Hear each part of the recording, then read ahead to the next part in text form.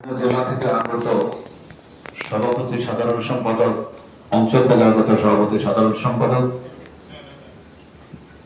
সকল জাতীয় পরিষদের সদস্যবৃন্দকে জানাই কৃতজ্ঞতা, ধন্যবাদ।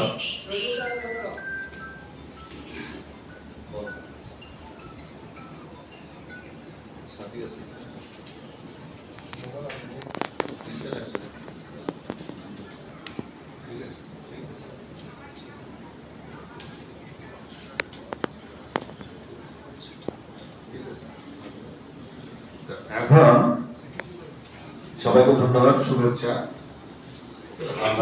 আবারও আমি আমার সবার মাধ্যমে, আমার বক্তব্যের মাধ্যমে দুঃখ প্রকাশ করছি।